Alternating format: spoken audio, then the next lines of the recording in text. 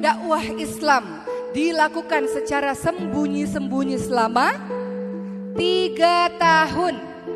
Pada saat itu Islam adalah agama yang baru saja dikenali oleh orang-orang. Jadi tidak bisa langsung tiba-tiba begitu saja meminta orang-orang untuk mengimani Allah dan Rasulnya. Walaupun sebelum-sebelumnya memang orang-orang ada yang menganut agama Nabi Ibrahim, yaitu agama Tauhid, yaitu menyembah kepada Allah Subhanahu Wa Taala. Tapi mayoritas orang-orang di sana menyembah berhala-berhala.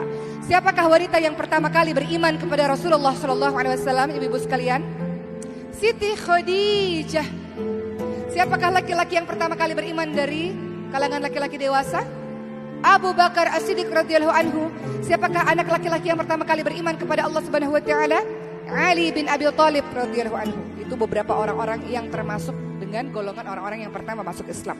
Setelah 3 tahun dakwah secara sembunyi-sembunyi, teman-teman sekalian, mulailah Rasulullah dakwah secara terang-terangan. Disinilah mulai berbagai macam penyiksaan yang dialami oleh orang-orang Islam.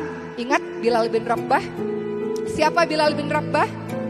Bilal bin Rabah seorang budak berkulit hitam, ditelanjangi, dibuka seluruh pakaiannya, diseret menuju ke padang pasir, ditelentangkan dan di dadanya diletakkan batu yang sangat besar dan dipaksa untuk mengatakan Tuhannya adalah Lata, Uzza dan berhala-berhala. Namun Bilal bin Rabah mengatakan Ahad, Ahad, Ahad, Tuhanku adalah Allah yang Maha Esa. Begitu pula yang lainnya, budak bernama Sumayyah yang dikatakan sebagai syuhada pertama. Sumayyah ketika dipaksa mengatakan Tuhannya adalah berhala, apa yang dilakukan Sumayyah? Tetap mengakui la ilaha illallah, Tuhanku adalah Allah, gak ada Tuhan selain Allah. Kemudian ia ditusuk, dari kemaluannya menembus ke lehernya, hanya beriman kepada Allah Subhanahu Wa Taala. Kemudian akhirnya harus mendapatkan hal yang demikian. Perjuangan sangat berat teman-teman sekalian. Sampai pada saat itu di tahun 7 kenabian, orang-orang Islam khususnya Bani Hashim dari keluarga Nabi Muhammad SAW diboikot, diisolir, diasingkan, gak boleh ada di kota Mekah. Selama 3 tahun orang-orang Islam pada saat itu hidup sangat menderita, mereka kelaparan sehingga mereka memakan dedaunan-dedaunan saja. Sampai akhirnya Siti Khadijah jatuh sakit dan meninggal dunia. Apa yang Rasul rasakan ketika Siti Khadijah meninggal dunia?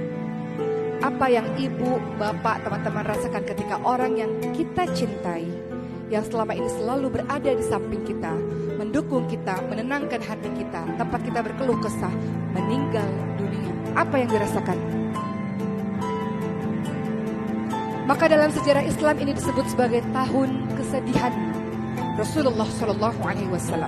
Tidak hanya istrinya yang wafat dalam waktu berdekatan, pamannya Abu Thalib yang sudah mengasuh Rasul dari usia 8 tahun, yang sudah dianggap seperti ayahnya, yang membela perjuangan dakwah Rasulullah Shallallahu Alaihi Wasallam juga wafat. Kedua orang tersebut wafat dalam waktu yang berdekatan, maka dikatakan sebagai tahun kesedihan yang dialami oleh Rasulullah Shallallahu Alaihi Wasallam. Teman-teman sekalian, setelah itu Rasul pun melanjutkan dakwah ke negeri Taif. Lagi-lagi di negeri Taif bertambah kesedihan Rasul karena dakwah Rasul tak diterima, dilempari dengan batu, dikatai orang gila, pendusta, penyihir dan sebagainya, sehingga harus bersimbah darah Rasulullah SAW. Dan bagaimana cara Allah menghibur hati Rasulullah pada saat mengalami tahun kesedihan, teman-teman sekalian? Bayangkan di waktu yang berdekatan, orang tua kita meninggal, pasangan hidup kita meninggal, kita ditolak di sebuah tempat tertentu oleh pertemanan kita misalnya. Kesedihan yang bertumpuk-tumpuk. Bagaimana cara Allah menghibur hati orang yang sedang bersedih? Seperti Rasulullah SAW dengan peristiwa Isra Mi'raj, yakni Isra adalah Mekah ke Palestina, Mi'raj adalah Palestina menuju ke Sidratul Muntaha untuk mendapatkan perintah berupa sholat. Jadi ternyata kalau kita sedih, kalau kita kehilangan, kalau kita terluka, kita hampa, sepi, ternyata rahasianya adalah sholat. Apa kata Allah? Ya ayyuhalladzina amanu ista'inu bis-sabri was-shalah. Wahai orang-orang beriman, minta pertolongan kepada Allah dengan sabar dan dengan sholat. Sholat penghibur hati bagi orang-orang yang sedang bersedih, orang-orang yang sedang kehilangan. Lalu Rasulullah SAW 3 tahun berikutnya, 13 tahun kenabian, akhirnya berhijrah ke Yathrib, Madinah, menikah dengan Saudah, menikah dengan Aisyah radhiyallahu anha, dan kemudian disusul dengan istri-istri yang lainnya.